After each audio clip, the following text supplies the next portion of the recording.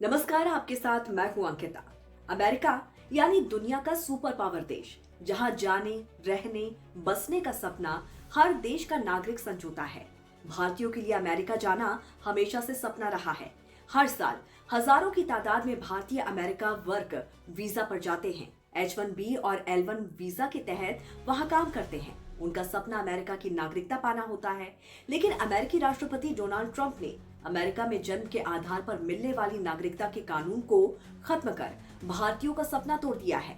अब इस मामले में एक कदम और आगे बढ़ते हुए रिपब्लिकन पार्टी के 3 सांसदों ने अमेरिकी सीनेट में एक विधेयक पेश किया है। इस विधेयक में अमेरिका में जन्मजात नागरिकता के अधिकार को खत्म करने की मांग की गई है। विधेयक ऐसे समय पर पेश हुआ है जब अमेरिका की फेडरल कोर्ट ने ट्रंप के इस फैसले पर 14 दिनों के लिए रोक लगाई है।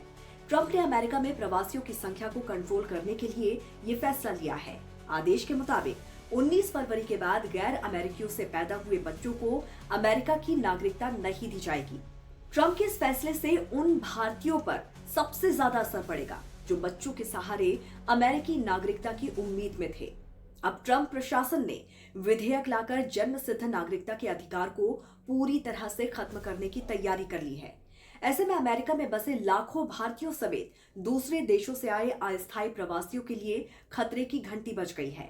सीनेट में रिपब्लिकन सांसदों ने कहा कि अमेरिका में जन्मजात नागरिकता आसानी से मिलने की वजह से अवैध अप्रवासी अमेरिका में आकर बस जाते हैं, जो कि अमेरिका की राष्ट्रीय सुरक्षा के लिए बहुत बड़ा खतरा है। अब आपको शब्दशः बताते हैं कि सीनेट में रिपब्लिकन सांसदों ने क्या क्या कहा। सीनेट में विधेयक पेश करने वाली सांसद लिंडसे ग्राहम ने कहा कि अमेरिका को जन्मसिद्ध नागरिकता पर अपनी नीति बदलने में पहले ही बहुत देर हो चुकी है, क्योंकि इसका गलत इस्तेमाल किया जा रहा है।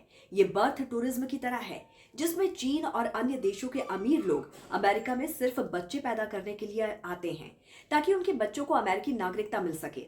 अमेरिका को अवैध अप्रवास को अमेरिकी नागरिकता देकर इनाम नहीं देना चाहिए। इतना ही नहीं, विधेयक में सेंटर फॉर इमिग्रेशन स्टडीज के हवाले से आंकड़े भी बताए गए हैं, जिसके मुताबिक साल 2023 में ही 2.25 लाख से लेकर करीब 2.5 लाख बच्चों को जन्मजात नागरिकता मिली है। यह अमेरिका में पैदा हुए कुल बच्चों का 7% है। दरअसल अमेरिका दुनिया के उन 33 देशों में से एक है जहां जन्मजात नागरिकता पर फिलहाल कोई बैन नहीं है। हालांकि ट्रंप ने शपथ के बाद कई बड़े फैसले लिए थे, जिसमें जन्मजात नागरिकता को और कठोर बनाने की कोशिश की गई। बताया जाता है कि इसमें ऐसे सख्त प्रावधान जोड़े गए हैं जो किसी भी दूसरे देश के नागरिक के लिए पूरा करना काफी मुश्किल होगा। अमेरिकी संविधान का 14वां संशोधन जन्मजात नागरिकता का अधिकार देता है। इसके जरिए ही अमेरिका में रहने वाले अप्रवासियों के बच्चों को भी नागरिकता का अधिकार मिलता है। लेकिन अब अवैध प्रवासियों के बच्चों, H1B वीजा या अस्थायी वीजा पर अमेरिका में रह रहे लोगों के बच्चों को जन्म से नागरिकता नहीं मिलेगी। नया कानून उन लोगों पर लागू होगा जिनके बच्चे 19 फरवरी के बाद अमेरिका में जन्म लेंगे।